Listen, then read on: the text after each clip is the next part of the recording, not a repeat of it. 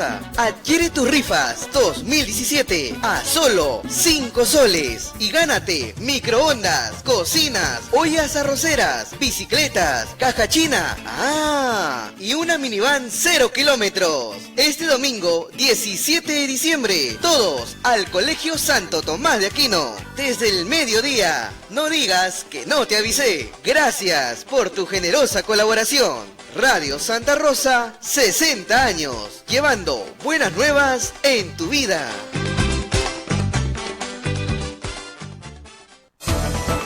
Noticia de último minuto. La repetición del programa A Pensar Más con Rosa María Palacios lo puedes apreciar en nuestro canal oficial de YouTube, Radio Santa Rosa, y en nuestras redes sociales.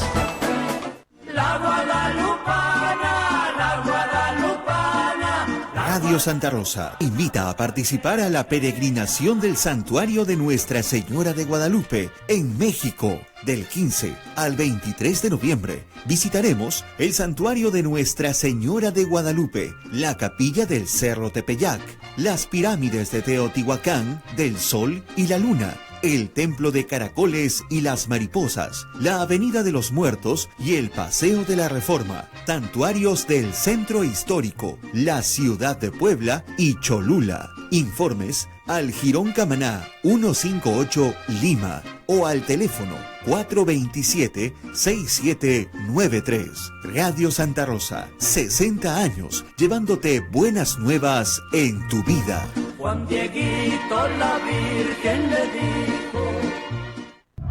La experiencia nacional e internacional enseña que en casos de terremotos o desastres naturales, las comunicaciones se congestionan. Debemos estar preparados. Lo más importante, mantén la calma, evita llamar y menos insistir. Utiliza los mensajes de texto o la internet para comunicarte. Y si estás en la zona de emergencia, marca el 119 y deja un mensaje de voz. Esta es la comunicación luego de una emergencia. Escribe primero y evita llamar. Mayor información en www.mtc.gov.pe o con tu operador de servicios, Ministerio de Transportes y Comunicaciones. Los pobres de la tierra. San Juan Macías, padre de los pobres. Y en su dolor y llanto se oye la voz de Dios. Juan Macías, cuando descubrió su vocación religiosa, repartió sus bienes entre los pobres e ingresó a la orden de predicadores como hermano lego en el convento dominico de Santa María Magdalena, ahora Templo de la Recoleta, Plaza Francia de Lima. Tomó los hábitos el 23 de enero de 1622 a la edad de 37 años. Los pobres de la tierra. San Juan Macías, padre de los pobres. Y en su dolor y llanto se oye la voz de Dios. Santa Rosa, buenas nuevas en tu vida.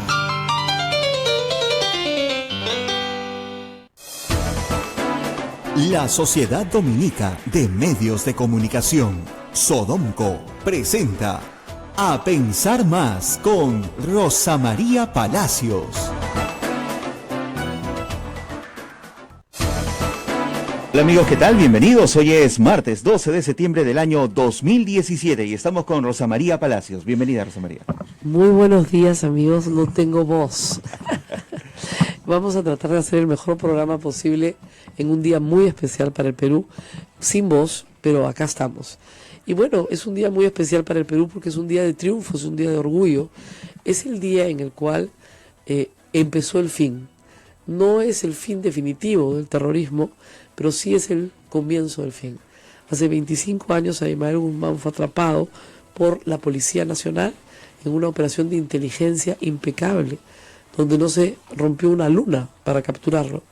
Y esa operación de inteligencia impecable no se logró de un día para otro, se logró a través del trabajo constante y a veces heroico de agentes policiales, que durante mucho tiempo, años, 2 o 3 años, se infiltraron en la vida cotidiana de Sendero Luminoso, entendieron el fenómeno político que significaba, y al entenderlo, entendieron cómo podían llegar hasta Abimael Guzmán. O sea, comenzaron a entender que este pensamiento maoísta, leninista, Gonzalo, tenía un sentido que había que seguir. Y una vez que siguieran esa pista, iban a poder encontrar la organización de base primero para luego ir subiendo. Cuando ellos capturaban terroristas, la Policía Nacional no hablaban, no te daban nada. Los mecanismos que se usaron en los 80 de tortura y desaparición no sirvieron para nada. El gran triunfo contra Sendero Luminoso es el triunfo de la democracia y el Estado de Derecho. Y a veces eso no se entiende en el Perú, cuando pedimos ojo por ojo, diente por diente. No, lo que triunfó aquí fue la superioridad moral de la democracia y de los derechos humanos sobre un grupo que asesinaba. Es completamente distinto a decir vamos a matarlos a todos, como fue, ¿no es cierto?, la técnica de los 80s. Acá lo que se hizo fue un grupo de inteligencia que empieza a finales del gobierno de García y logra este triunfo en el año 92. Es una política completamente distinta. Involucrar a la ciudadanía, hacerla partícipe en las rondas campesinas, involucrar a la población civil y hacerla aliada de las fuerzas policiales y las fuerzas armadas, fue un cambio completo, ¿no es cierto?, que hizo que el Estado de Derecho al final triunfara. Pero el Estado de Derecho tenía que llevarse hasta el final. Y acá hay un tema bien importante. En el año 92, todos los que fueron atrapados por terrorismo, y en los años subsiguientes, 92, 93, 94, fueron juzgados en tribunales militares, la gran mayoría de la cúpula, otros en civiles, pero con jueces sin rostro. Los jueces sin rostro se copiaron de Italia. ¿Por qué? Porque la vida de las personas que juzgaban estaba en riesgo y porque habían asesinatos a jueces también. Sin embargo, una vez que se tranquiliza el país, era indispensable regresar a las normas del debido proceso. El caso de Lonnie Berenson, que fue llevado hasta la Corte Interamericana, y otros más señalaban eso. Y el camino de la Corte y del Tribunal Constitucional fue muy claro. Estas personas tienen que ser juzgadas por los horrendos crímenes que han cometido, pero bajo las reglas del Estado de Derecho. Es por eso que ya en el gobierno de Toledo, en ese gobierno, se autoriza, ¿no es cierto?, un nuevo juzgamiento a todos aquellos que fueron juzgados bajo, digamos, las normas de los tribunales sin rostro. Disculpen, me estoy atorando. Qué difícil va a ser el programa hoy día. Solo tenemos 5 minutos al aire. Sí, un programa de radio todavía. Un programa de radio sin voz. Claro. Sin voz. Y luego tengo que ir a hacer el de la República y luego tengo que dictar 4 horas de clase. Pero tienes técnicas muy efectivas. Sí, yo sé, estoy sacando la voz de adentro. Ánimo. Del diafragma, que es complicadísimo. Bueno, y lo que les contaba, en tiempos del ministro Fausto Alvarado, si no me equivoco precisamente con él, en coordinación con el Congreso, además, se sacaron un conjunto de decretos legislativos que permitieron el juzgamiento ya de las mismas personas, pero sin jueces sin rostro, en una corte abierta, con sus abogados, con lo que quisieran, etcétera. Obviamente, esas sentencias se tenían que ajustar a la ley, no a lo que nos provocara a todos los peruanos, a la ley. La primera sentencia efectivamente le pone cadena perpetua a todos los que estaban ahí, a todos los que entraban. Eso generó varios problemas, pero en cuanto a la cúpula, generó el problema de que no todos eran parte de la cúpula, es decir, los que estaban en la casa donde atrapan a Eva Guzmán, unos no tenían el mismo rango que otros. Y entonces las Cortes peruanas hacen una diferenciación y le ponen a Marisa Garrido Leca la pena máxima agravada por colaboración con el terrorismo, es decir, 25 años. Ya no le ponen cadena perpetua, sino la agravada. Primero le ponen 20, después le ponen, en la superior le ponen 25. Además, durante el proceso, durante los años que siguieron, se abolieron los beneficios penitenciarios para terroristas. Y a ella se le aplica la norma de manera retroactiva, lo cual era ilegal, pero se le aplicó igual. Y tuvo que cumplir hasta el último día los 25 años. Otros terroristas sí lograron salir antes, pero ella no. Entonces, cumplió su pena, la cumplió completa. Muy bien, ¿qué pasó con los terroristas que fueron juzgados en tribunales militares muy rápidamente? Esta masa de gente que también fue juzgada en tribunales sin rostro, en juzgados civiles. Estoy hablando del año 93, 94. Comenzó a pasar el tiempo y en las cárceles, los que hacían trabajo pastoral, sobre todo el padre Huber Lancier, se comenzó a dar cuenta de que había una masa de personas que no eran terroristas, que no conocían a los terroristas, que no querían andar con los terroristas. Pero que habían sido vinculados. Exactamente, porque tu vecina decía, mire, por acá pasaron los terroristas y la señora le dio 2 gallinas, colaboración con el terrorismo, para adentro. Entonces, mucho odio, venganza, ¿no es cierto?, se tramitó a través de estas delaciones, de estos arrepentidos, entre comillas, que vinculaban a un montón de personas que no tenían nada que ver. Entonces, ¿qué se hizo? Estoy hablando del gobierno de Alberto Fujimori. Se hizo una comisión presidida por el ministro de Justicia, que fue cambiando, el defensor del pueblo, que fue en todo momento Jorge Santisteban de Noriega, y el padre Huber Lanciers. Y reunieron unos, me parece, 800 expedientes y los revisaron uno por uno, de personas ya condenadas, porque los juicios eran rapidísimos. Un juicio con un tribunal sin rostro, te lo hacían un día y ya estabas preso, cadena perpetua. Entonces comenzaron a revisar caso por caso, mujeres y hombres, y se dieron cuenta de que había por lo menos en un primer lote, más de 500 personas inocentes con condenas perpetuas, 25 años, 30 años, emitidas por tribunales sin rostro. Esta masa de gente fue liberada por Alberto Fujimori. O sea, el más grande indultador de personas condenadas por terrorismo fue Alberto Fujimori, pero siempre hay que explicar que eran personas inocentes, que fueron condenadas en procesos desastrosos a toda velocidad por un Estado que estaba aterrorizado y que quería limpiar esto de la forma más rápida posible. Cuando llega el gobierno de Paniagua, todavía quedaban un paquete de expedientes que no se habían, que Fujimori no había aceptado. Entre ellos estaba el caso de Yude Simón, por el cual habían abogado muchos congresistas, dicho sea de paso. Entonces, Paniagua indulta unas 70 personas, hasta 6 meses en el gobierno, o 7, y Toledo un remanente de 100 y tanto. Pero reitero, son personas inocentes. Jamás se les probó en realidad que eran vinculados al terrorismo. Se les juzgó con solamente el testimonio de una persona o dos acusándolos de terroristas. Esas personas salieron y han rehecho su vida.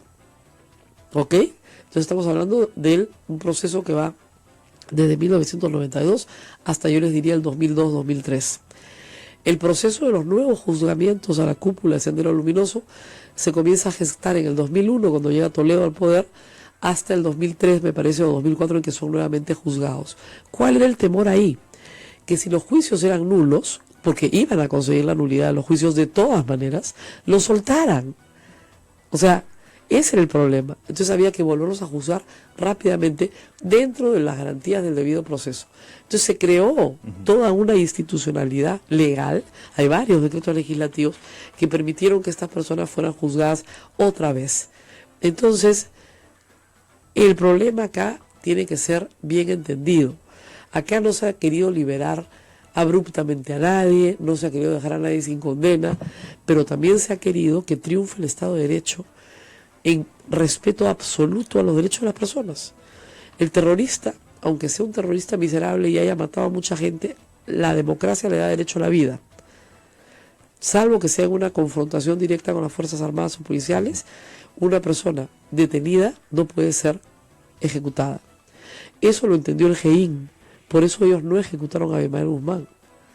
Abimael Guzmán estuvo a punto de ser ejecutado. El tema se discutió en Consejo de Ministros. Todos los ministros que eran abogados en esa época convencieron a Alberto Fujimori de que no cometiera ese error. Porque eso iba a ser un error catastrófico. Iban a convertir a Abimael Guzmán en un mártir, en un héroe. Hoy es un hombre olvidado en una celda. Los jóvenes no conocen su cara, ni lo reconocen. Y yo creo que ese es el peor castigo que puede tener un sujeto que quiso llegar al poder por medio de la muerte, por medio de la sangre, que la gente ni siquiera sepa quién es. Lo que sucedió anoche en la puerta del penal de Piedras Gordas fue horrible, por muchas razones. Primero porque el INPE debió haber dejado de entrar el carro y que saliera el carro, pues. Pero el INPE en este caso, ¿no es cierto?, contribuyó a un festival morboso. Que una terrorista salga de la cárcel es noticia, por supuesto que lo es, porque la sociedad tiene que estar vigilante, por supuesto que es noticia. Pero que hayan 200 reporteros asusados por sus productores, yo he trabajado en televisión, Ismael también, a los cuales les gritan, ¡que pida perdón! ¡Que pida perdón! ¿no? ¿Qué va a hacer una mujer con 200 reporteros que le gritan, te arrepientes, te arrepientes? Se tiró dentro de un carro. Y la saca su hermano, que es una persona honorable, que no ha cometido ningún delito, y que gracias más bien a su familia, es que Marisa de Río Leca tiene la posibilidad de no radicalizarse, porque tiene una familia que la ha apoyado, a pesar de todo. Entonces, Y en todo momento, por lo que tengo entendido también, ¿no? su madre jamás la abandonó, y su padre tampoco. Ahora, nunca pudieron ir a verla a Chayapalca por el tema de la altura, ¿no? Pero después de varios años en que ella la bajan a Arequipa, me parece primero, y después a Lima, ahí iban a verla todas las semanas. Entonces, digamos, a pesar del dolor que les causó, porque son personas, repito, cristianas, católicas, honorables, a pesar del tremendo dolor que les causó, porque es un dolor terrible ver a tu hija así, nunca la abandonaron. Y ayer me dio risa, porque todos sabemos, a ver chicos, que el canal no tiene plata, pues, no te da gasolina más que para Ancón. Entonces cuando comenzó la persecución hacia el norte, yo estaba mirando la televisión y lo puse en Twitter, esto no llega más allá de Chancay, porque no tienen plata. Miren, no saben lo peseteros que son los canales con la gasolina. No te pueden yo trabajo en América y en ATV. Ismael en ATV. Una vez tuve el equipo botado en Chimbote porque no teníamos gasolina para regresarlos. O sea, me decía, no es que ponen de la suya. Ningún chico pone de la suya porque no le devuelven. ¿Ya? O sea, eso es falso, ¿no? Así es, no los van a perseguir. No se la crean. Así es, no los van a perseguir. Además, ¿perseguirla para qué? No va a declarar. No va a declarar nada. Va a declarar cuando le dé la gana, ¿no es cierto? Y la otra cosa es que sí hay que decirles que aquí hay un elemento racista que hay que denunciar. La pareja de Marisa de Río Leca, en ese entonces, entiendo que ya no es su pareja hoy, el señor Inchausti, el arquitecto famoso, el de barbita, morenito, ¿no es cierto?, salió de la cárcel hace un par de años. A él le dieron una condena menor por hacer lo mismo, ¿eh? Pero en fin, cosas de la justicia. Cuando salió de la cárcel, no lo esperaba nadie. Porque es feo, pues, porque es cholito, porque es andino, por lo que fuera. Nadie fue. Y cuando sale ella, que es blanca, que es de Miraflores, que fue a un colegio privado de monjas, ¿no es cierto?, que fue a la Universidad Católica, ahí sí. ¿Por qué? Por morbo. Morbo. ¿Para qué? Para gritarle asesina, asesina, maldita, desgraciada, terrorismo nunca más. Está bien. Pero es muy, muy, muy improbable que Sendero Luminoso pueda organizarse a través de Marisa de Río Leca. Podría organizarse a través de Marta Guatay, pero no a través de ella. Que está por salir, por cierto, ¿no? Que está por salir, sí. Y como es andina, le interesa un pepino a la gente, no ver nadie, ¿no es cierto? Entonces, la verdad, es que lo que han hecho anoche los medios de comunicación es un papelón. Y declarar a la persona no grata, yo le tengo mucho aprecio al alcalde y entiendo que tiene que trabajar para su comunidad y qué es lo que la comunidad le pide, no tiene ningún sentido. Miren, Marisa de Río Leca vivió en Miraflores y sus padres vivieron en Miraflores antes de que el Colorado Muñoz naciera. O sea, son gente que ha vivido siempre en la misma calle, se han mudado a 2 cuadras de donde vivían, de la misma casa. Nunca cambiaron de sitio, siempre estuvieron ahí. Y como respeto, son gente honorable, no tienen ninguna vinculación con el terrorismo. Marisa de Río Leca se vincula, siempre fue una persona por su madre, además, con mucha sensibilidad social. Sí, claro que lo fue, su madre es una persona muy católica, de comunión diaria, de participar en actividades sociales, de hacer obras de caridad, de toda clase, y en silencio, es una muy buena mujer. Y claro, yo presumo que la historia es que cuando la tía, que era monja, se salió por supuesto, se vincula con el terrorismo y termina presa, Nelly Evans, Risco, que era prima de la madre la va a visitar como acto de caridad, se vincula con la hija. Y ahí empieza el vínculo. Eso es lo que se dice. Habría que preguntárselo directamente a Marisa de Río Leca cómo se involucra con Sendero Luminoso. Pero aparentemente ese es el vínculo. Así empieza, ¿no es cierto? Y luego se vincula y termina siendo fachada ella. Y era una estupenda fachada. Discúlpeme, pero una escuela de ballet. ¿Qué mejor fachada para un terruco? Arriba el terruco, abajo la escuela de niñas, con tutú. Entonces no hay forma de que lo puedas seguir.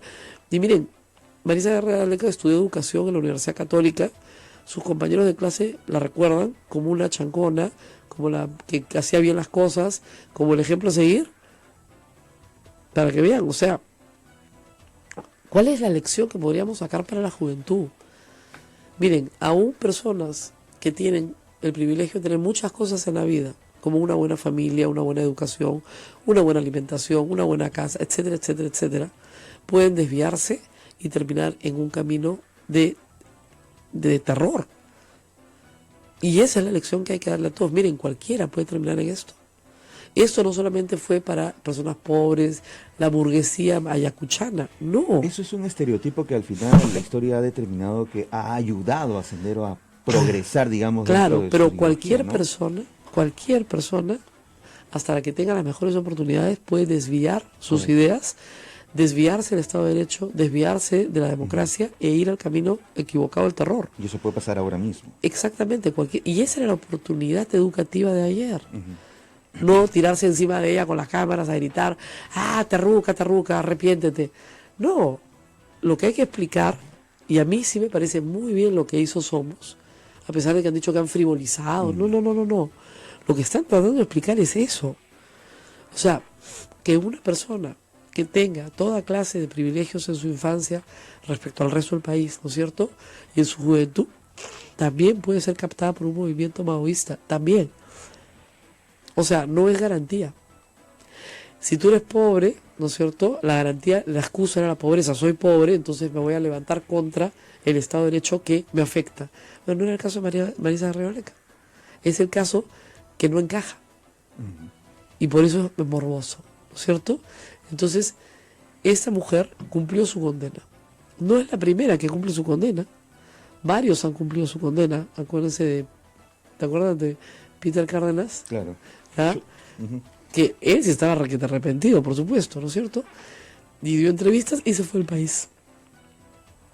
No es el caso de ella, pero reitero, el ministro Basombrío, que hoy está haciendo un acto de reconocimiento a las fuerzas policiales, me parece muy importante, porque son a las que les debemos la paz. El ministro Basombrío ha recordado ante el Congreso que ya hay más de 1.400 terroristas que cumplieron su condena. Porque, a ver, chicos, no hay plazo que no se cumpla.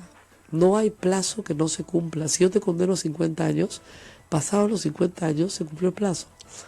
Abimael Guzmán y Elena Iparraguirre están condenados a 35 años, o sea, les falta 10 años más, pero no pueden salir sin revisión de su condena, lo cual quiere decir que tienen en la práctica perpetua.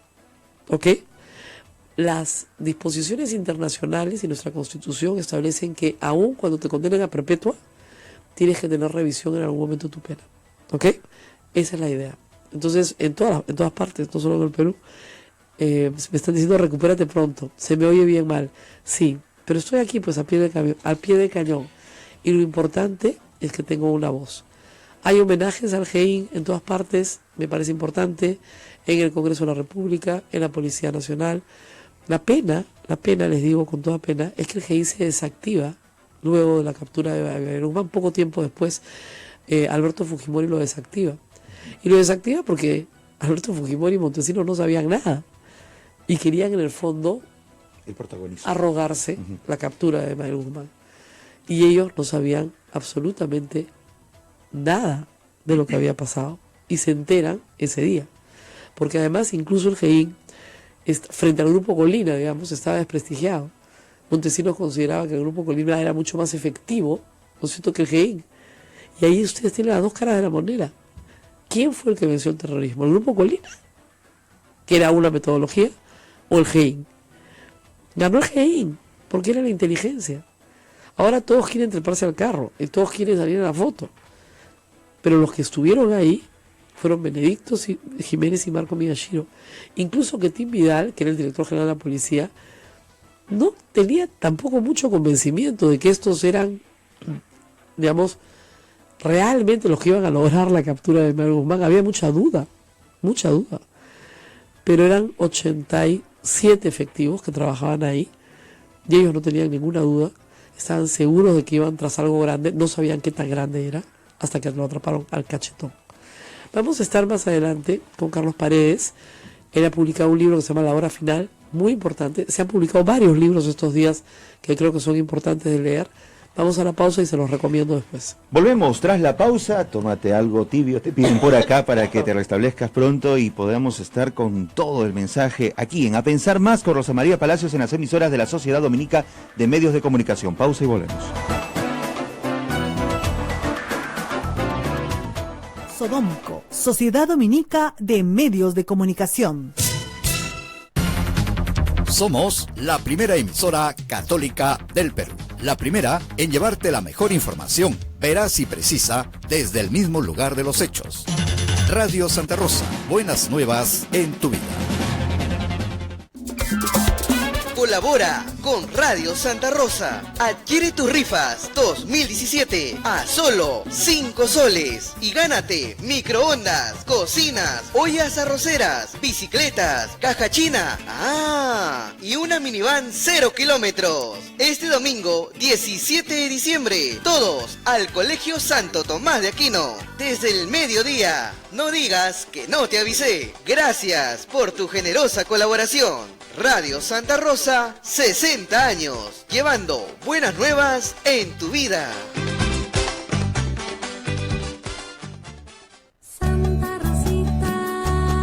Ya está a la venta Rosita, Limeñita Divina, una hermosa historieta ilustrada con la vida de nuestra primera flor de santidad de América. Dibujos divertidos para grandes y chicos. Pueden adquirir este precioso ejemplar en el Jirón Camaná 158 Lima, en Radio Santa Rosa, buenas nuevas en tu vida.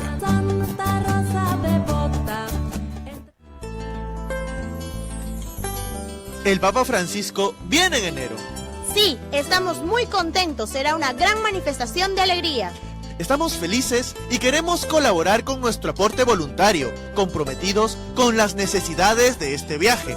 Participa con tu ayuda solidaria, colecta extraordinaria, 1 de octubre del 2017 en todas las parroquias. Unidos por la esperanza. Gracias por tu sintonía. Radio Santa Rosa, buenas nuevas en tu vida. Sodomco, Sociedad Dominica de Medios de Comunicación.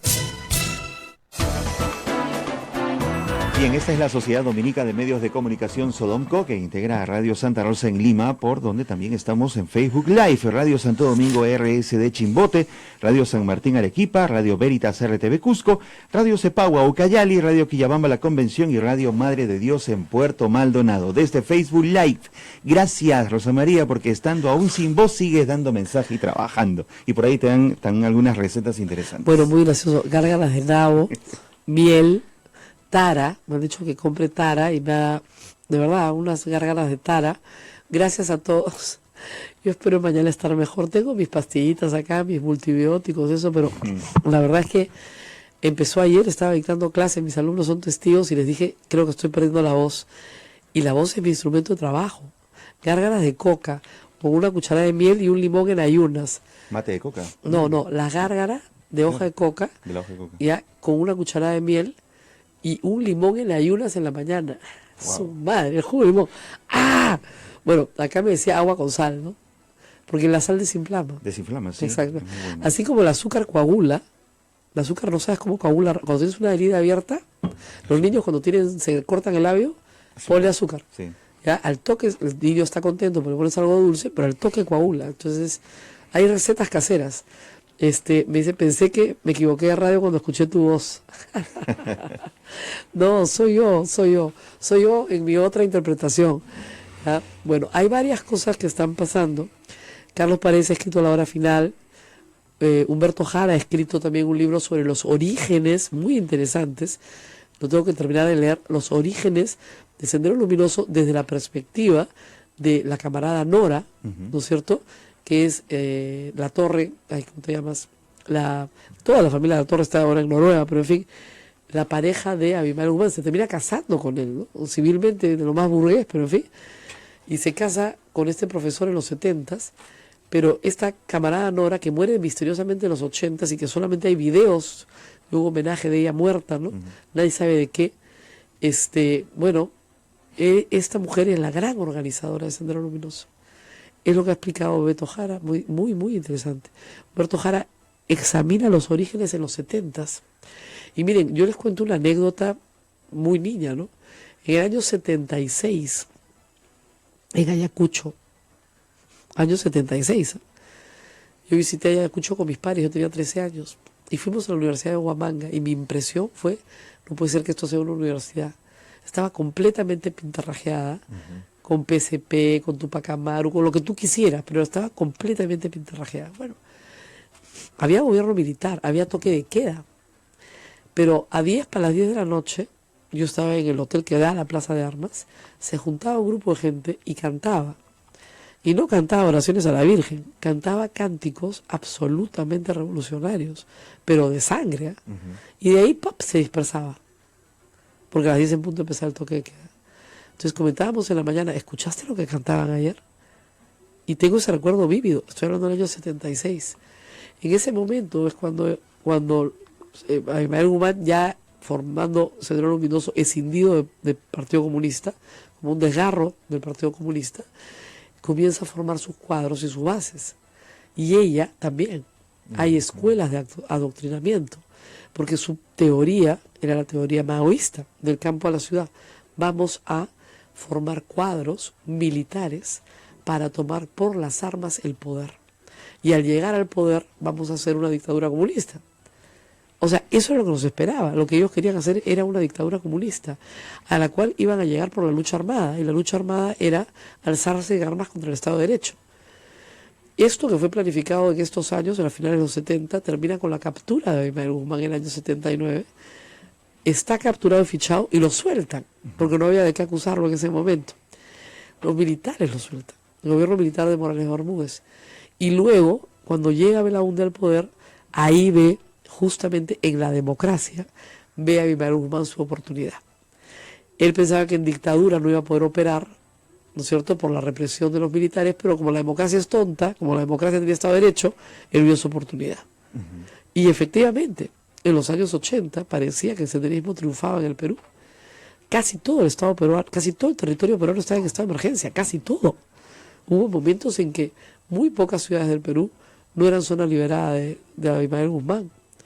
Cuando llegaron los 90 y esta nueva estrategia del GEIN les permite moverse a Lima, es ahí donde se debilitan. Ahí estaba mirando la famosa foto. Es ahí donde se debilitan. ¿Por qué? Porque tienen que abrir juego y es más fácil seguirlos. Hay dos personajes, a uno le ponen Sotil, porque repartía pelota, y otro es el Zorro. Esos dos personajes, que eran los mensajeros que estaban vinculados a la Academia César Vallejo, son centrales en la captura de Abimael Guzmán. Centrales, porque comienzan a seguirlos. Yo he tenido una vez que conversar con Gaviota, la gente de Gaviota, tenía otro nombre, por cierto, que me contaba, pucha, que no tenían plata. O sea, salían con unos cuantos plátanos para todo el día. Así es. ¿Y sabes cómo hacían los seguimientos? ¿Sabes cómo hacían los seguimientos con éxito? Que es una cosa que hay que aprender, ¿no? Miraban los pies.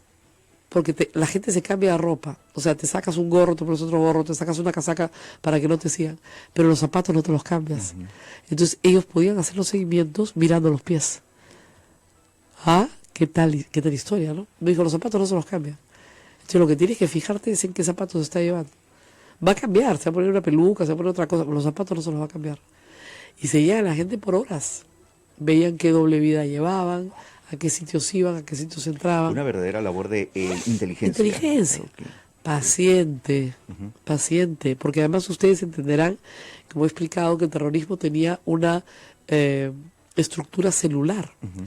Por la misma composición de las células terroristas, no todos sabían lo que hacía el otro, para que cuando uno cayera no cantara lo que hacía el otro. Claro. ¿Okay? Entonces los actos operativos eran celulares.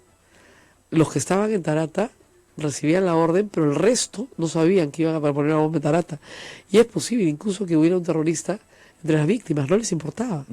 El comportamiento era absolutamente celular, para que las células no tuviesen comunicación una con otra, salvo el comando político, que sí tenía la comunicación con todos. Por eso ahorita que están juzgando a Abimael Guzmán por el caso de Tarata, y ustedes ven a un viejito que sale, ¿no? Y los chicos dirán, ¿por qué juzgan a ese viejito? Bueno, ese viejito es responsable de 65.000 muertos en el Perú. Ya, no les gusta el número de gente muy de derecha que dice que son excesivos. Ya, 25.000 te gusta, ya 25.000 te doy. ¿Ok?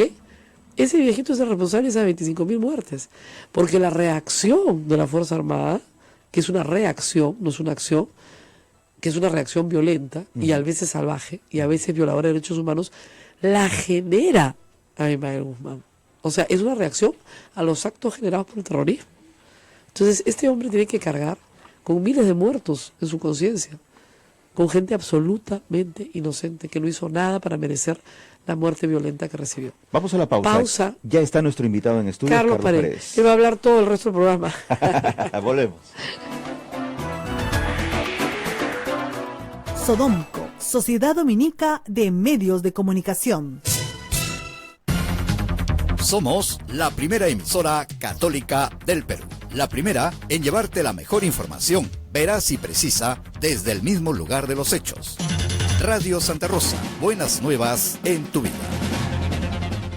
La Guadalupana, la Guadalupana. Radio Santa Rosa invita a participar a la peregrinación del Santuario de Nuestra Señora de Guadalupe en México. Del 15 al 23 de noviembre visitaremos el Santuario de Nuestra Señora de Guadalupe, la Capilla del Cerro Tepeyac, las pirámides de Teotihuacán, del Sol y la Luna, el Templo de Caracoles y las Mariposas, la Avenida de los Muertos y el Paseo de la Reforma, santuarios del Centro Histórico, la Ciudad de Puebla y Cholula. Informes al Jirón Camaná 158 Lima o al teléfono 427-6793. Radio Santa Rosa, 60 años llevándote buenas nuevas en tu vida.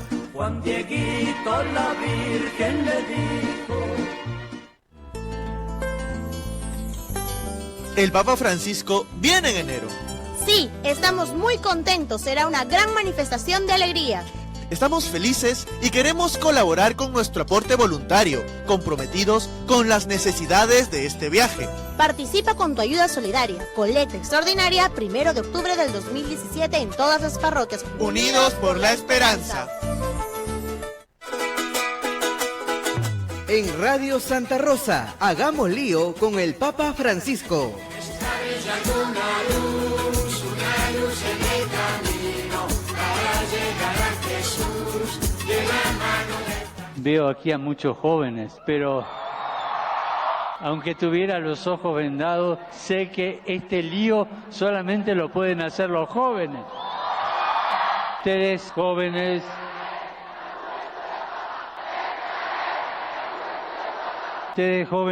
han venido de todos los rincones del país, cachacos, costeños, paisas, bayunos, llaneros, de todos lados. Para mí siempre es motivo de alegría, de gozo encontrarme con los jóvenes. En este día les digo, por favor, mantengan viva la alegría. Es signo del corazón joven, del corazón que ha encontrado al Señor. Y si ustedes mantienen viva esa alegría con Jesús, nadie se la puede quitar, nadie. Gracias, Papa Francisco. Radio Santa Rosa, buenas nuevas en tu vida. Benedictio Dei omnipotentis, Patris et Filii et Spiritus Sancti, descenda super vos et maneat semper. Santa Rosa, buenas nuevas en tu vida.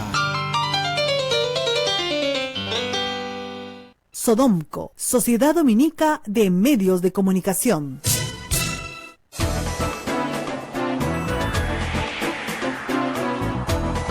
Esta es la red Sodomco en vivo a esta hora desde Radio Santa Rosa en Lima, Radio Santo Domingo Chimbote, Radio San Martín Arequipa, Radio Veritas RTV Cusco, Radio Cepagua Ucayali, Radio Quillabamba La Convención y Radio Madre de Dios, en estos momentos en vivo y en línea. Bueno, estamos con Carlos Paredes, periodista de mucha trayectoria y de largas investigaciones, que ha hecho varias entregas importantes. Hoy se entrega al público La Hora Final.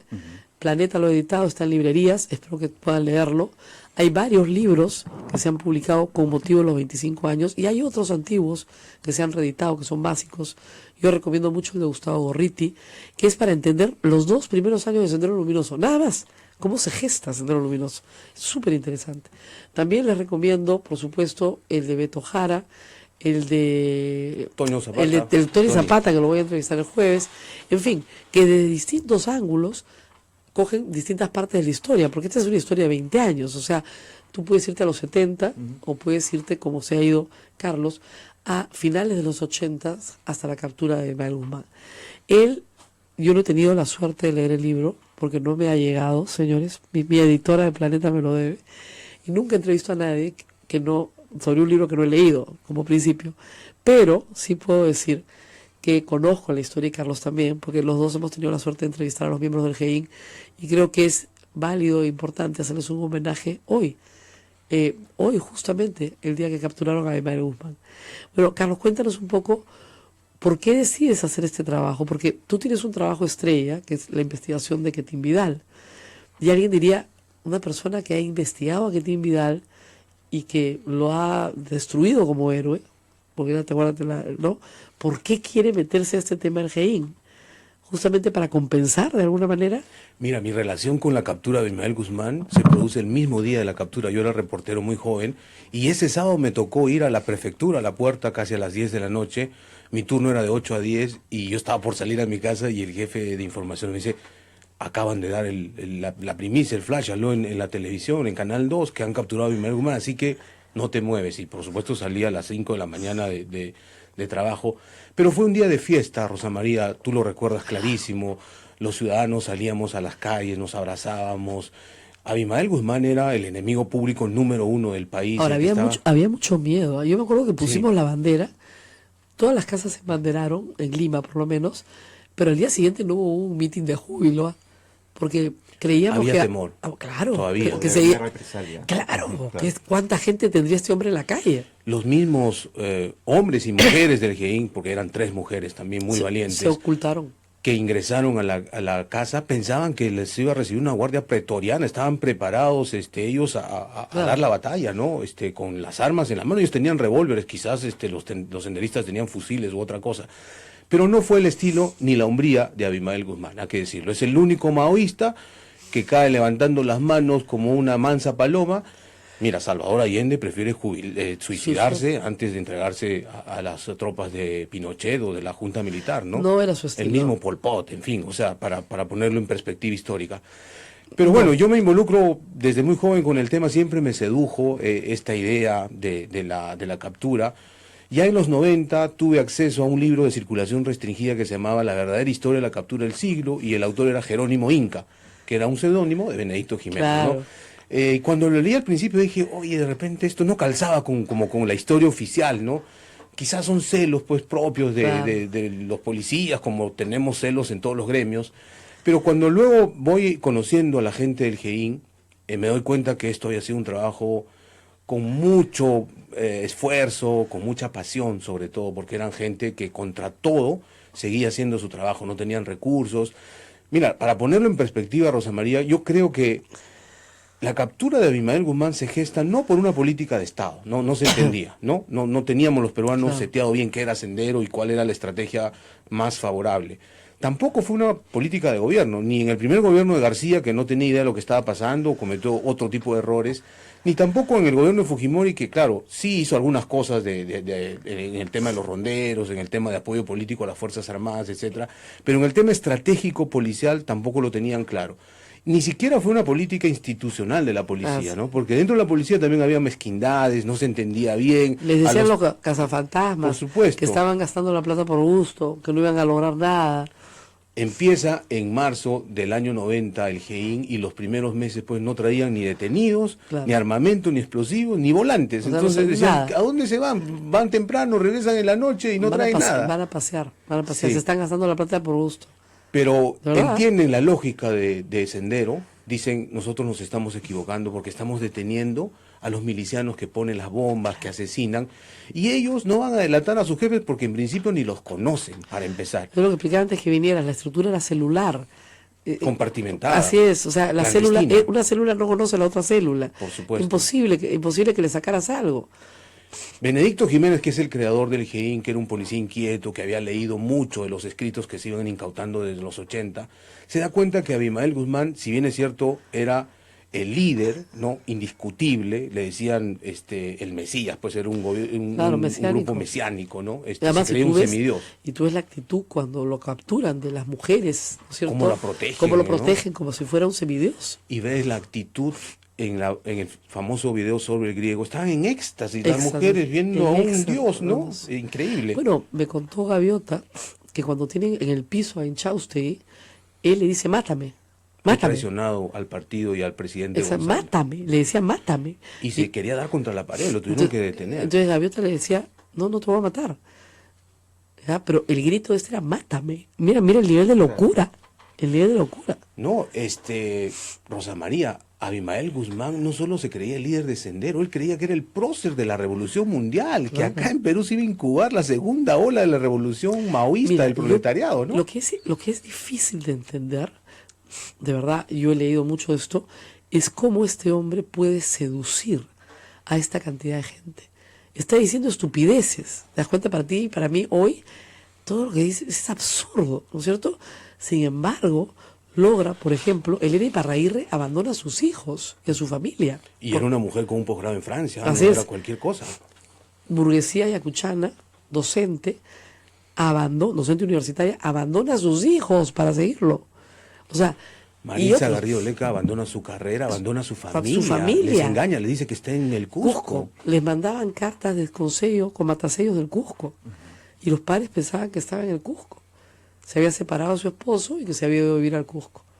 ¿Ya? Pero todo era mentira. Entonces, ¿qué hace? Y eso lo entendió bien Benedicto Giménez. Este nivel de seducción que tiene este hombre sobre mentes que no son frágiles, como tú dices, gente que ha estudiado. Ahora, obviamente la base sí mucho más frágil, ¿no? Pero, ¿tú has logrado entender eso?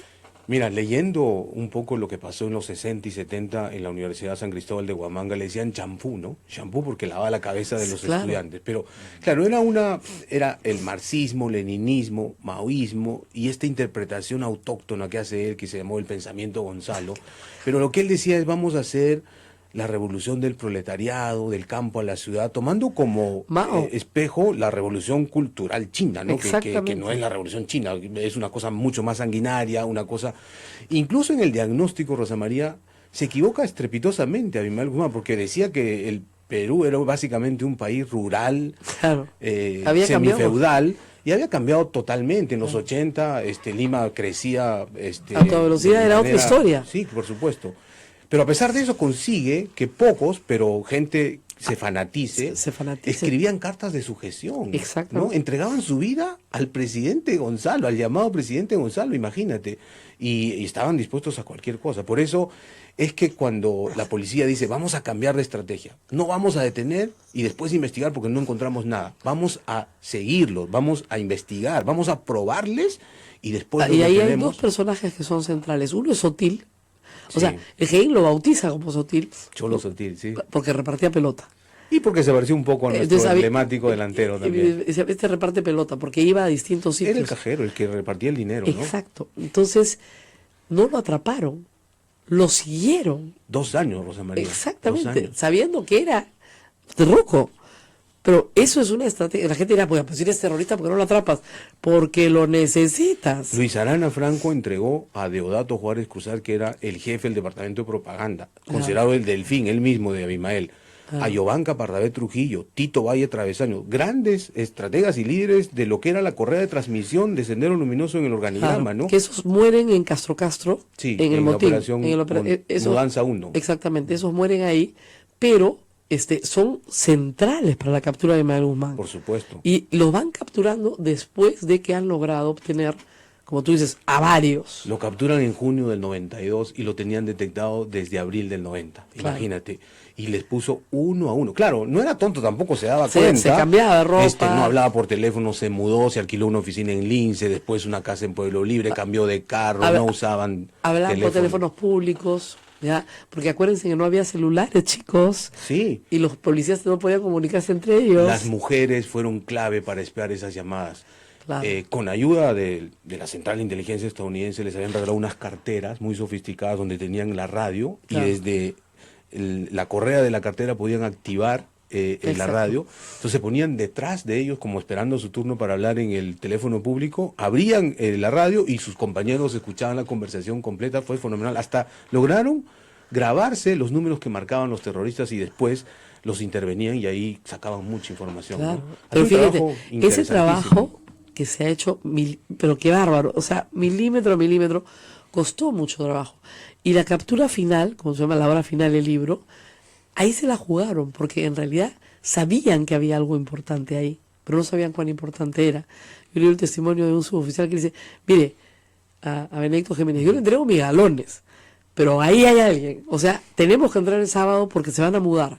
Esta gente se mueve porque lo mudaban. Sí, fue estratégica la captura, porque se adelantó unos días, ellos querían que sea el 15 de septiembre, día de la PIB, pero desde el 11, que fue viernes, ya tenían movimientos rarísimos. El coordinador central, el nuevo coordinador que era Zenón Vargas, que ellos le habían puesto al Zorro, desaparece el radar de ellos. Claro. Entonces deciden capturarlo el viernes 11 en la noche y desaparece. Entonces dicen, el sábado de todas maneras. Entramos. Lo detectan al mediodía, a la 1, lo siguen y a las 2 de la tarde lo capturan al Zorro. Entran a su departamento de Balconcillo y encuentran pues, que era el coordinador nacional de Sendero. ¿Por qué? Porque tenía regalos para Gonzalo. Claro. Entonces él sí tiene relación directa con la casa de los Sauces porque sí había hablado con Inchaustegui. O sea, Inchaustegui era la correa de transmisión. Los habían visto juntos. Sí, una serie de indicios. Ya la basura no daba tanta información porque sabían de la casa de Chacaría que estaban hurgando la basura a los policías. Dio algunas cositas, pero sí, y ahora poniendo en perspectiva sobre el tema de Maritza Garrido Leca no solo fue la guardiana de Abimael. Fue una buena fachada, además. Sí, una buena fachada que la venía desde la casa de San Antonio, en la calle, en fin, hay una calle en San Antonio, General Silva creo que es. Pero Maritza en concreto, Rosa María, reemplaza al grupo de apoyo partidario que había sido desactivado, porque Maritza trasladaba en su carro a los dirigentes nacionales que terminaban juntándose con Abimael. Hacía todos los trabajos logísticos, documentación importante compraba, a otras. Compraba cosas. Por supuesto, medicinas, ropa, medicinas, ¿no? Ese era, su trabajo era, digamos, como administrarle la casa de Abimael Guzmán y coordinar sus visitas. Era la Secretaría General de Sendero Luminoso, ¿no? Así, era una secretaría. De la cúpula principal de Sendero. De la cúpula. Ella no era parte, ella no era mando. No era mando, ni militar, ni político. Así es. No, y probablemente la despreciaban por pituca, pero sí la usaban, Bien, vamos a continuar con esa conversación muy buena. Buenísima. Hay una pausa y retornamos con Carlos Paredes. No me ha contado la historia de por qué Quetín Vidal, sí, no, eso lo vemos después de la pausa. Chao, chao.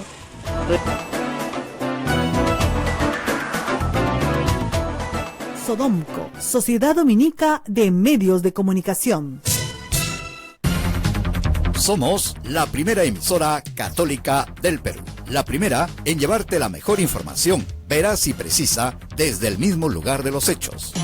Radio Santa Rosa, buenas nuevas en tu vida.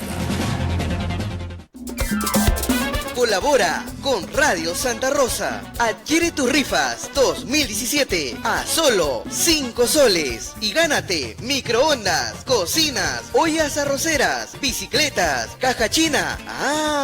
Y una minivan 0 kilómetros. Este domingo 17 de diciembre, todos al Colegio Santo Tomás de Aquino. Desde el mediodía. No digas que no te avisé. Gracias por tu generosa colaboración. Radio Santa Rosa, 60 años, llevando buenas nuevas en tu vida.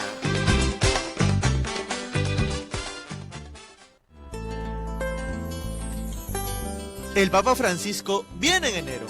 Sí, estamos muy contentos, será una gran manifestación de alegría. Estamos felices y queremos colaborar con nuestro aporte voluntario, comprometidos con las necesidades de este viaje. Participa con tu ayuda solidaria. Colecta extraordinaria 1 de octubre del 2017 en todas las parroquias. Unidos por la esperanza. Para el Perú y el mundo, Santa Rosa, buenas nuevas en tu vida. Sodomco, Sociedad Dominica de Medios de Comunicación.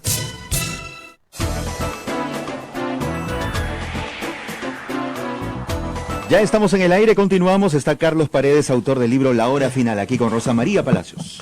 Bueno, estábamos hablando de cosas, hay una especie de maldición del GEIN, como dicen, ¿no? Maldición del cachetón le llaman. La maldición del cachetón, claro, porque, miren, Benedicto Jiménez está preso, tiene un arresto domiciliario en el hospital policial, pero está preso. Se vinculó a una persona espantosa como Orellana. Que Tim Vidal quedó muy mal después de todas las cosas que se descubrieron, gracias a Carlos Paredes, a quien nunca denunció por difamación, además. Me denunció 2 veces. 2 veces. Querellas, sí. Y él no puede exhibir ninguna sentencia por calumnia y difamación contra mí. Ninguna. Se archivaron. Se archivaron. ¿Se dan cuenta? Entonces, esa es la segunda. Miyashiro se volvió fujimorista, ¿no es cierto? Entonces, y de los agentes del GEIN pasó una cosa terrible, desactivaron el GEIN, que era una escuela de inteligencia de primer nivel, que pudo haber servido... Made in Perú, hecha, know-how peruano 100%. La maldición podría afectar a todos porque no hay nuevas generaciones de GEIN. No, y además no solamente eso, sino que el GEIN podría haber servido para crimen organizado, para cualquier estrategia de crimen organizado. Sin embargo, lo desactivan, sus agentes se reparten en toda la policía, muchos se han ido ya, se han jubilado. Hay menos de 20 en actividad de los 89. Exactamente. Que podrían ser, mucho homenaje, mucho abracito, mucho todo, pero premios, sí, les dieron algo de plata, poquita, no mucha. Les dieron $14,000 del millón que se había ofrecido por la cabeza de Abimael Guzmán, pero esa es la primera maldición del cachetón. Claro. Reciben la plata 80, porque no reciben Miyashiro ni Capa. De esos 80, 63, ¿qué crees que hicieron? Pusieron su plata en clave. Y la perdieron a los 3 meses. La maldición del cachetón, de verdad. Que era una cosa, entonces no puede ser. Uno preso, el otro desprestigiado, el otro siendo fujimorista, ¿no es cierto? Y defendiendo el fujimorismo de una manera que tú dices, oye, no puede ser que Marco Miyashiro, un hombre brillante, pues en inteligencia policial, esté defendiendo lo indefendible. Pero que Tim Vidal fue tu némesis, ¿no? No, mira, yo no tengo nada personal contra él, y es más, yo siempre he respetado su trayectoria. Le han dado un premio internacional por ese hasta que me encontré con historias que contradecían su biografía oficial. Y yo decía, oye, entonces acá solo hay 2 posibilidades. O alguien lo quiere desprestigiar a este hombre honesto, o la otra posibilidad es que no sea tan honesto como dicen. Entonces la caída del héroe se llama el reportaje. Me puse a investigar de manera, yo diría imparcial, Rosa María, porque no quería entrar prejuiciado. Claro. Y en el camino encontré cosas que no tenían explicación. Y si quieres hablar concretamente del GEIN, por ejemplo, nunca expliqué por qué no asumió él, como jefe y como general, la filtración del video que contó al mundo la caída de este monstruo que era Abimael Guzmán, donde además él respeta sus derechos humanos y se impone representando a la civilidad, a la democracia frente a un monstruo, por más criminal que él sea, ¿no? Pero Fujimori se enojó muchísimo, le pidió la cabeza de quién era el responsable, porque incluso se habló de que se había cobrado, se había vendido a la prensa internacional, porque esto se filtra a la BBC. Y él le dice a Miyashiro, lo cuento en el libro, oye, vamos a poner a 2 suboficiales y después ya los arreglamos el tema, ¿no? Miyashiro consideró que eso no era lo justo, ni lo correcto, ni lo legal, ni lo ético. El que lo había filtrado era él, era que te invitaba. Tenía que asumir y no lo asumió. Entonces, consecuencia, Miyashiro no asciende, no le dan el rescate, y más que Miyashiro, un suboficial que realmente ha sido extraordinario a la hora de grabar, Walter Capa, un tipo que inventó una manera de grabar adaptando un monitor que se lo había comprado con su plata, con una bolsa de espaldas, y nadie se daba cuenta. Es un trabajo de campo extraordinario, con inventiva propia, con capacidad de recursearse, esa fue la palabra, ¿no? No le dieron su premio. No le dieron su premio, no lo ascendieron, hasta el día de hoy no lo han ascendido por esa acción distinguida, cuando estuvo desde el primer día del GEIN. ¿Dónde está ahora? Él está en actividad todavía, a punto de cumplir sus 30 años de servicio, está trabajando en acciones de inteligencia, ahora en la lucha contra el narcoterrorismo. Ojalá que nos escuche el ministro Asombrío para que se haga justicia con esta persona. Sí, hoy día lo van a condecorar en el Congreso, luego en el Palacio de Gobierno. Pero en fin, esa es la historia. Y luego hay un tema de presupuesto que se dio, a que reconocerle a Fujimori, que por gestiones de Miyashiro, Santiago Fujimori y el ministro Boloña, que en ese momento entiende, conversa con ellos, y se me parece una vergüenza que nuestro grupo elite de policías que están haciendo buen trabajo estén dependiendo de las propinas de la embajada estadounidense, ¿no? Que eran $5,000 al mes para trabajos de viáticos. Entonces se aprueba una partida presupuestaria para acciones de inteligencia, el 92, de enero a noviembre se cobran, porque se emiten resoluciones secretas, era trabajo de inteligencia, y se cobran 2.500.000 soles de la época, al cambio, 1.32, $2.032.000. Yo he conversado con 60 de los 89 hombres del GEIN y mujeres, y ninguno me ha dicho si esa plata nos llegó. Como anécdota, tú has conversado mucho tiempo con Cecilia Garzón, Gaviota. El día mismo de la captura, estuvieron en la tienda haciendo tiempo de que salga la visita de Marisa Garrido Leca, compraron una gaseosa y un tortis. Cuando les dijeron, compra más, no tenían plata. No tenían 5 soles más para comprar una gaseosa más. Haz que sea tu enamorado, y lo detestaba. Después se casó con él, sí, lo detestaba. Entonces, por teléfono, llamaban por teléfono público, No, pues, jefe, chapen, pues, le decía. ¿Cómo voy a chapar con él? No, hay anécdotas increíbles. A este suboficial que se hacía el loco, se hacía literalmente loco, se disfrazaba de loco para deambular por las calles y, ¿no? Pasar piola. Se lo llevó la policía. Sí. Y él les decía, miren, yo trabajo en la de Vincote. Y la policía lo miraba en el patrullero y decía, sí, papito, yo soy Aymar Guzmán. Hay una foto que ahora se exhibe en la exposición que está abierta en el Congreso. Carlos Iglesias, se llama Charlie Iglesias, este suboficial que también ya está en el retiro, gran tipo, gran investigador, me cuenta como anécdota, y esto es dramático, pero es una anécdota, me dice, mira, yo estuve 15 días disfrazado de loco y de mendigo, y está ahí la foto, ¿no? Tremendo. Y me dice, ¿te puedo decir algo? Como mendigo gané más que como policía. En esos 15 días había ganado el sueldo que cobraba al mes como policía, y entre broma y en serio le decía a Benedicto, jefe, déjeme como mendigo un mes más porque necesito para cubrir unos gastos. Imagínate. Claro, eso no es novedad. Varios reportajes de investigación han demostrado que los mendigos a veces ganan más que los empleados públicos. Pero ¿no? este era un policía que estaba haciendo trabajo de inteligencia. Increíble. Y muy bien, porque tenían información sin que se dé cuenta el enemigo, ¿no? Hubo otro oficial que era suboficial, después postuló a la escuela de oficial, ahora es comandante. Muy flaquito, con un físico que parecía un niño, lo disfrazaban de escolar. Y él fue el que detectó a Zenón Vargas, que fue el último coordinador en su departamento de Balconcillo. Este tipo le decían el zorro porque era muy, muy avispado, pero nunca sospechó que el escolar que estaba entrando al costado de él a su quinta era un policía del GEIN, ¿no? Claro, que iba a escolar, pues imagínate. Ahora, entiendo que la Embajada de Estados Unidos también les dio en un momento apoyo táctico, o sea, trajeron un experto. Sí, desde el año 90 empiezan a apoyar a ellos. Primero compran equipos de cámaras fotográficas, de video, les enseñan a manejar y les regalan un aparatito que ahora un smartphone puede hacer eso, pero era un aparatito muy interesante que permitía congelar el video e imprimir esas fotos, ¿no? Y ellos lo usaban para seguir trabajo de campo, ¿no? Para comparar. Y también les enseñaron a disfrazarse, a usar pelucas. Trajeron a un instructor de Inglaterra, del Scotland Yard, ¿no? Que había sido seguridad de la reina Isabel y todo, Norman, yo publico la foto en el libro, y él les da la instrucción a 16 oficiales alfereces, recién egresados de la escuela de la Policía Nacional del Perú, ya no eran PIP solamente, ¿no? De ahí sale Ardilla, de esa promoción, ¿no? Y les enseña el trabajo de seguimiento en postas.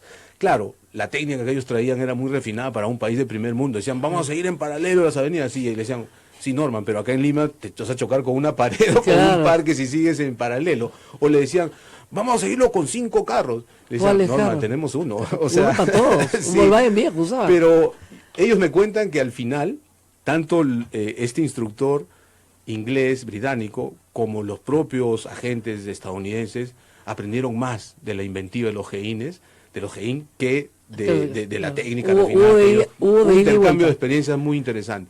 Luego apoyaron también remodelando las oficinas del GEIN. Ese era un edificio semiconstruido, solo hasta el segundo piso estaba terminado. En el tercer piso hicieron todas las oficinas del GEIN a cuenta de la embajada estadounidense. Una en el piso 12 y otra en el 13, donde se hacía la intervención telefónica, y el laboratorio para analizar la basura estaba en el piso 13. El capitán entonces, Rubén Zúñiga, ahora creo que es coronel, gran tipo analizando, reconstruía los papeles con una dedicación impresionante. Esa información es la clave también para llegar a algunas casas. Claro, ¿no? Porque encuentran, por ejemplo, en la medicina para la psoriasis. Sí, claro. Entre la caja de la medicina para la psoriasis era un indicativo, sabían que había tenía psoriasis. Estaba ahí él, ¿no? Entonces, indicativo, la marca de los cigarros, ¿no es cierto? Y claro, seguían a Marisa Garrido Leca y veían qué compraba. ¿No? ¿Te acuerdas? La dieta, Rosa María. Calzoncillos, compraban unos calzoncillos porque no eran para la pareja, pues. Claro, unas camisas large, ¿no? Claro, no podía ser, ¿ya? O sea, no era. Ahora, todo el mundo me pregunta, ¿por qué desactivaron el GEIN? ¿Por celos, por venganza, por odio? Todas las anteriores. Todas creo. las anteriores, Sí, por envidia. yo creo que Montesinos nunca le perdonó al Claro. GEIN y a la policía en general no avisarle a tiempo. Recuerda que intenta infiltrarlo con Claro, los Colina. con los Colina. Claro. Él creía que Colina era la solución. Esa era la estrategia de Montesinos. O sea, arrasar. Infiltra a Santiago Martín Rivas, Carlos Pichilín, un Aparecen- comandante Zabalbascoa, ¿no? Claro. Lo ponen como supuestos analistas y lo que querían era la información. Claro, era el comando Pollada, como decía Mira, ahora. y ahora viendo ya en perspectiva, yo creo que el GEIN permanece en ese tiempo porque tenía el apoyo incondicional de la embajada estadounidense. Claro. Si no, lo iban a desactivar Que es- antes. Claro, que eso es algo que poca gente sabe, porque tenemos que estar agradecidos a la embajada de Estados Unidos. Si no hubieran ayudado, hubiera sido muy difícil. Ahora, Ayudaron mucho. Nunca participaron ni en el diseño de la No. estrategia ni en las operaciones propiamente. No. Lo que ellos fueron apoyo logístico, logístico. apoyo económico y asesoría técnica, Te- digamos, en el claro, tema pero de- que era bien importante. Sí, claro. Que era bien importante. Porque acuérdate que, digamos, las Fuerzas Armadas estaban entrenadas pues en la Escuela de las Américas con las técnicas de Vietnam. Entonces era entrar, arrasar y ya está. Fue la inteligencia policial la que logró el éxito. Eso es algo que hoy día hay que reconocer. Inteligencia policial operativa, como ellos lo llaman ahora, porque es una mezcla de la Claro. investigación criminal tradicional y la inteligencia también que se hacía sin intervención. Pero hay un dato interesante, Rosa María. La embajada estadounidense apoyó desde el principio, ¿no? Dio logística, y el presidente George Bush padre se entera antes que Fujimori de la captura de Abimael Guzmán. ¿Por qué?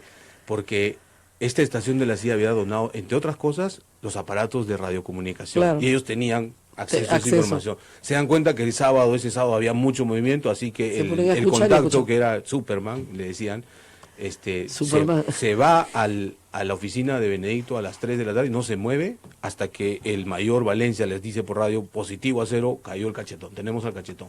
Salta, lo abraza y se sale de inmediato a avisar a su jefe en la estación de Lima, y de ahí por los canales internos a Virginia, que era la central, y por protocolo de la CIA, Abimael Guzmán estaba en el top 10 de los enemigos del Estado estadounidense. Claro. O sea, por protocolo tenían que informarle de inmediato al presidente donde estuviese. Claro. Lo ubicaron y le dijeron, presidente, se acaba de capturar a Abimael Guzmán, líder de Sendero Luminoso en Perú.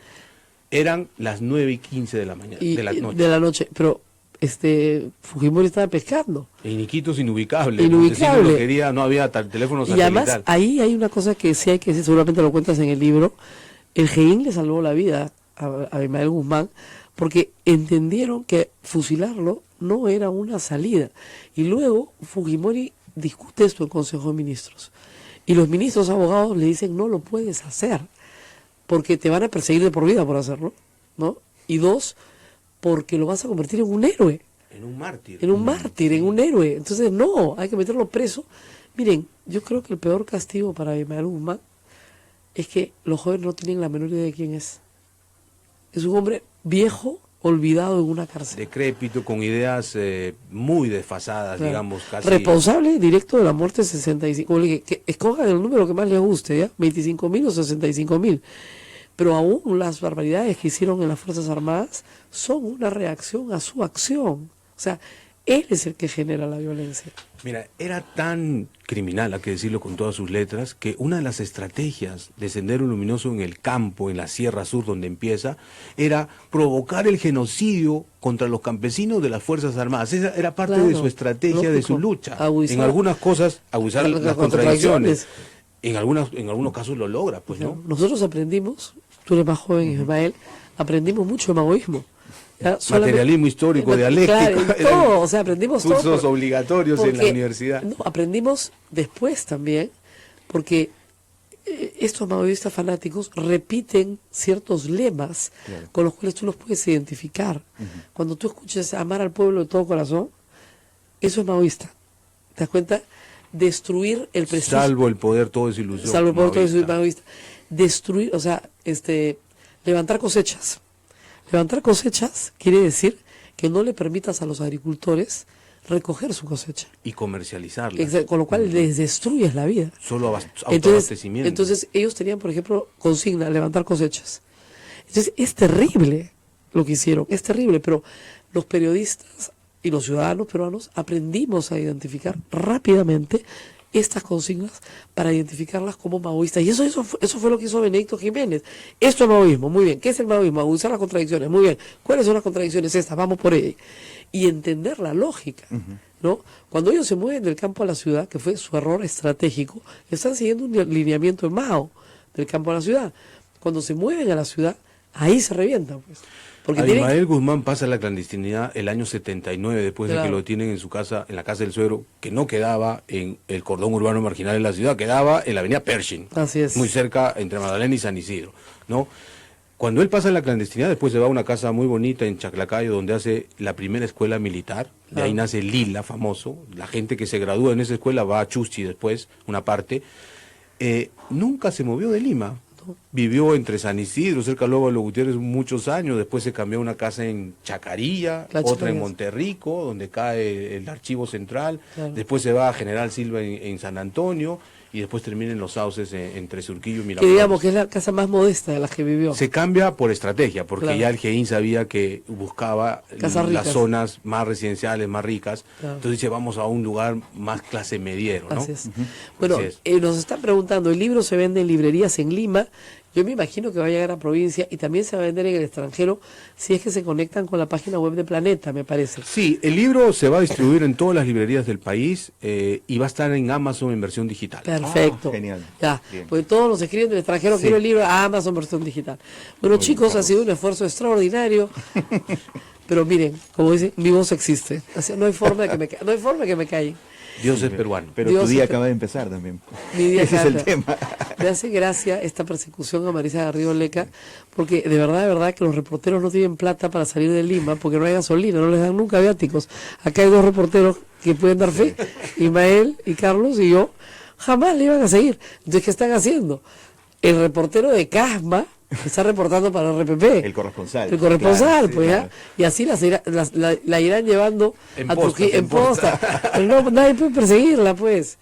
¿Saben qué? Es una rockstar, ¿verdad? Que es tener un poquito de, Así, déjenle en de paz. criterio. Déjenle ¿no? en paz. Si delinque, por supuesto que vaya presa, pero ya cumplió su condena. Dejen en paz a esa persona y ¿sabes qué? El morbo que rodea, ¿no? Porque es blanquita, porque es de Miraflores, a mí francamente me disgusta enormemente. Porque cuando salió su pareja, afuera no había nadie. Vamos a confrontarla con ideas, Rosa María. Vamos a decirle, Claro. a ver, ¿qué estás proponiendo? ¿Eso cómo se condice con el siglo XXI, con la democracia, Ya no con la proponen- convivencia pacífica? Estas ya no proponen nada. Quieren el acuerdo de paz, reiteran esta cosa del acuerdo de paz, pero nada Porque más. quieren a Abimael Guzmán libre, ¿no? Claro, eso es todo lo que quieren. Quieren acuerdo de paz, olvídate, están vencidos, es lo que la gente no entiende. Este es un grupo vencido, derrotado. No es un grupo en armas ya. Militarmente, Sí. pero la derrota ideológica es tarea pendiente. Ah, sí, de por todos, supuesto, de todos nosotros. Muy Nos vamos. bien, nos vamos. Hasta Listo, mañana, chao, chao, cuídense. hasta mañana.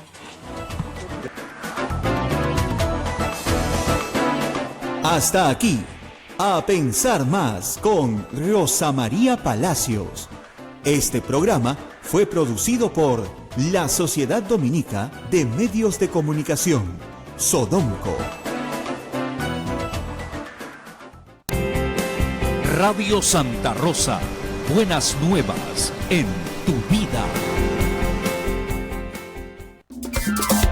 Colabora con Radio Santa Rosa. Adquiere tus rifas 2017 a solo 5 soles y gánate microondas, cocinas, ollas arroceras, bicicletas.